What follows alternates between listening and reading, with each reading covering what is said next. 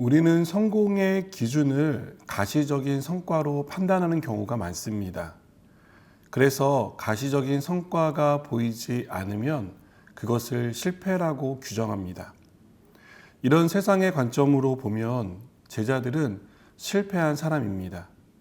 대중들의 열렬한 지지를 받았고 나라가 뒤집어질 정도로 돌풍을 일으켰지만 그것에 비해 그들이 얻은 결과는 초라했기 때문입니다. 특히 예수님의 죽음 이후에 제자들은 심각한 무기력증에 빠진 사람들처럼 보입니다. 그들의 이러한 무기력한 모습은 부활하신 예수님을 만난 후에도 크게 변하지 않았습니다. 베드로와 도마, 나다나엘, 야고보, 요한 등 예수님의 핵심 제자라고 할 수 있는 이 제자들은 예수님을 만나기 전의 상태로 돌아간 것을 보여주기 때문입니다. 예수님이 없는 상황에서 그들이 할 수 있는 일은 아무것도 없는 것처럼 보입니다. 그들이 선택할 수 있는 선택지는 제자의 삶이 아닌 어부의 삶이었습니다.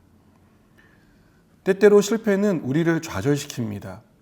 무엇을 할 수 있다는 생각이나 해봐야겠다는 의욕을 꺾어버립니다. 그래서 실패한 사람들은 죽지 못해 살아간다는 말을 합니다. 이들은 누구의 말도, 위로도, 격려도 통하지 않을 정도로 우울증과 침체에 빠지는 것을 봅니다. 물고기 잡으러 간 제자들이 그랬습니다. 부활의 주님을 만났지만 기쁨은 잠시뿐이었습니다. 앞으로 어떻게 살아야 할지 막막했습니다. 무엇을 해야 할지 알지 못했습니다. 예수님은 이런 제자들을 찾아오셨습니다. 무기력한 모습으로 원래의 자리로 돌아간 제자들을 그들이 있어야 할 곳으로, 즉 제자의 자리로 돌려보내기 위해 그들을 찾아오셨습니다. 우리가 하나님께 받아야 할 은혜는 내가 필요로 하는 것, 내가 요청하는 것을 받는 것이 아닙니다. 하나님이 찾아오시는 것입니다. 성령의 충만한 은혜를 다시 경험하는 것입니다. 그렇게 하나님이 함께 하심을 경험할 때, 성령의 충만한 은혜를 받을 때 실패로 우울감과 무기력에 빠진 우리는 다시 살아갈 힘을 얻기 때문입니다.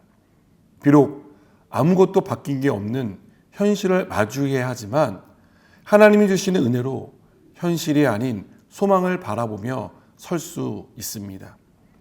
제자들은 예수님을 만난 후 변합니다. 누구도 일으킬 수 없어 보였던 이 제자들이 다시 일어납니다. 주님이 그들의 연약해진 무릎을 다시 일으켜 세워주셨습니다. 실패한 곳에 주저앉지 않고 어떻게 할 수 없다고 포기하지 않도록 그들을 격려하셨습니다. 주님이 격려하시기 위해 다시 그들을 찾으셨고 그들을 도와주심으로 인하여 제자들은 새로워지는 길을 걸을 수 있었습니다. 주님과의 만남이 깊어질수록 우리는 실패한 곳에서 다시 일어설 수 있습니다. 주님이 언제나 함께 하신다는 확신 속에 우리가 가 있어야 할 제자의 자리로 돌아갈 수 있습니다. 감사한 것은 주님은 항상 함께 하신다는 사실입니다. 우리와 함께 하시는 주님으로 인해 다시 일어서고 우리가 있어야 할 제자의 자리로 돌아가서 주님을 따르는 저와 여러분이 되기를 바랍니다. 기도하시겠습니다. 주님, 우리가 있어야 할 곳이 어디인지를 알게 하시고 제자의 자리, 주님을 따르는 길을 선택하며 가게 하여 주시옵소서. 예수님의 이름으로 기도드립니다. 아멘.